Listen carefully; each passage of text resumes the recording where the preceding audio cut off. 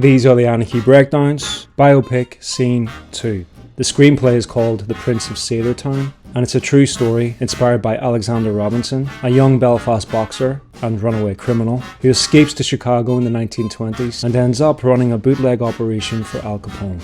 The scene we're about to watch is a scene between Caitlyn and Al Capone. Caitlyn is a jazz singer in the city, and she's a very close confidant of Al Capone. She meets Alexander and they fall for each other and they start a relationship, and Capone isn't happy. Let's have a look.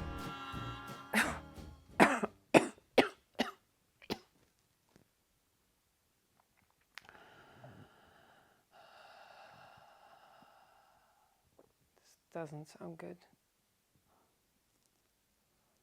Thank you for your concern.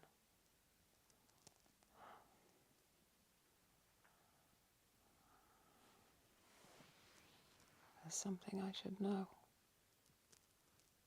I'm clean. Let's try that again. You used to be my favorite. I don't know where he is. I heard that. Alexander Robinson is loyal to no one but himself. I knew the moment I saw him. Then you brought him to me. That was your choice.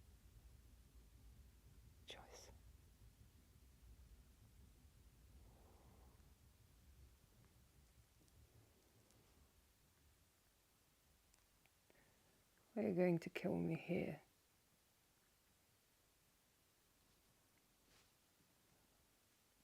This is a sacred place.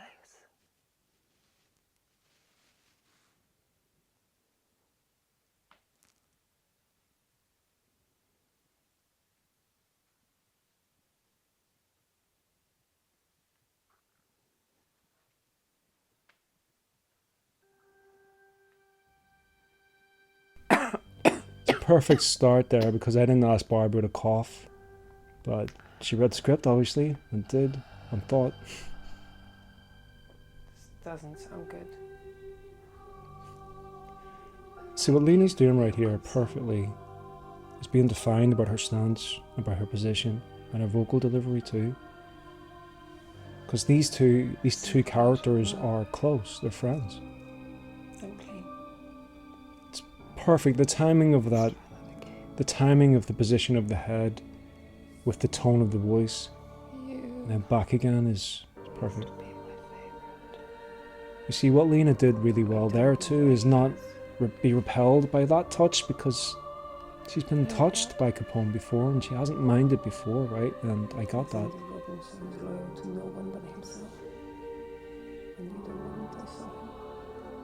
Oh, there's a lot of heartbreak in that delivery there. You can see, hear these voices, you know, they're using them really, really well.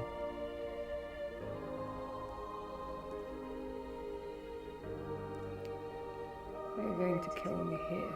Now that's a very difficult line to make it sound real, to make it sound authentic. This is a sacred place.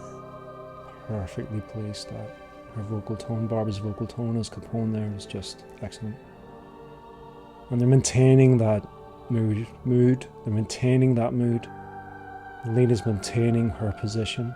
It's powerful, right? She's got a position of power there.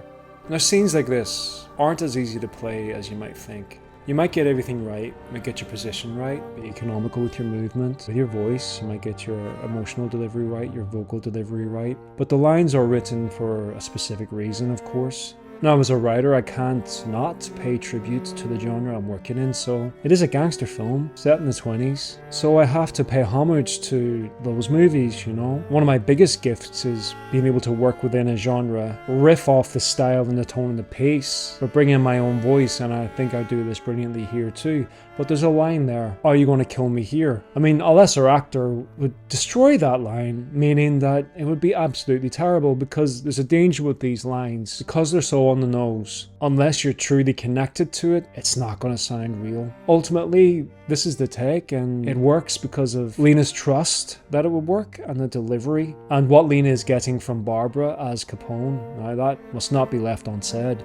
Barbara's playing Capone in a way that's very, very weak. It's a very weak Capone, but also dangerous. It's like an animal that's been hurt on their last kind of moments on this earth.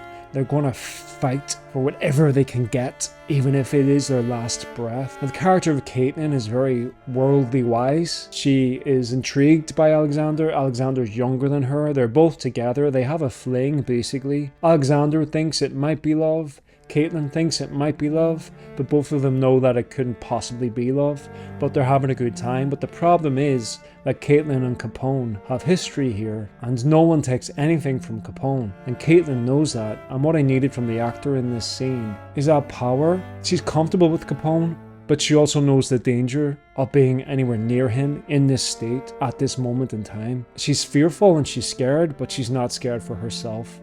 She's scared for Alexander. And that's a powerful place for a character to be and for an actor to be. It's very easy to get lost in that drama because it can get super dramatic real quick. Everyone's gonna vie for their moment. If you're playing Al Capone, man, I think most actors would love a crack at playing Al Capone, and the bad actors will go overboard with that Capone character. Now, what I needed from it and what Barbara got and how it was written was he was a weakened person. He's weakened by his friendship with Caitlyn. He's weakened by his sickness. In a way, he's weakened by the disloyalty of Alexander because he had high hopes for him. So instead of an actor coming in and just, I'm playing Capone, so I'm going to play the tough guy, it was the opposite, and that's what I needed. And an actor comes in and does that, they've got the role. So as you notice, Lena throughout the whole scene, she was very, very definitive about her physical movement. You notice the moments where she chose to look in Capone's eyes, and that says a lot. That says how close they are actually as friends. And the moments where she chose to look away, whether that was through shame or through love or through fear. I mean, us as an audience, we never need to know that. We just need to feel that. Lena needed to let us know how close her and Capone were and how respectful they were towards each other. And I think what Lena did brilliantly was the timing of the look and the timing of that connection when Capone was real close, delivered that. It's very simple stuff. It's simple once we lay it out, but it's not so simple to execute because being that close and connected is hard for most regular human beings in life, never mind actors in a room. So how do we get there? It's about breathing and posture. So what Lena was doing was just she had this very strong posture. She was relaxed.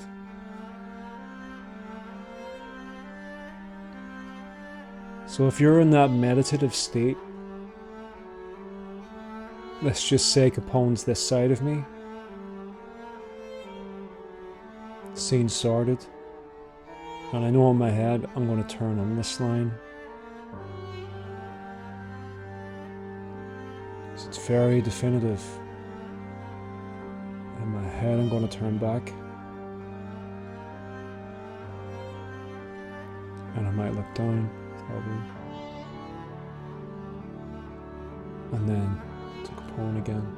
In a way, as I do it, it feels a little bit unnatural. I suppose because I'm talking it through, right? But I'll just do it without talking and I'll see how I feel. So I'm Caitlyn, Capone's there.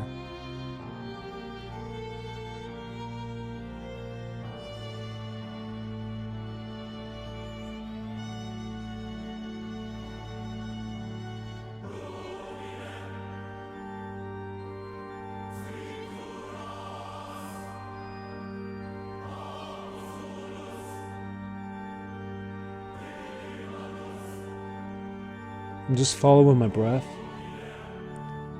That's why it's natural. Because think about it, that's how we stay alive, man. We breathe in and we breathe out. We breathe in and we breathe out.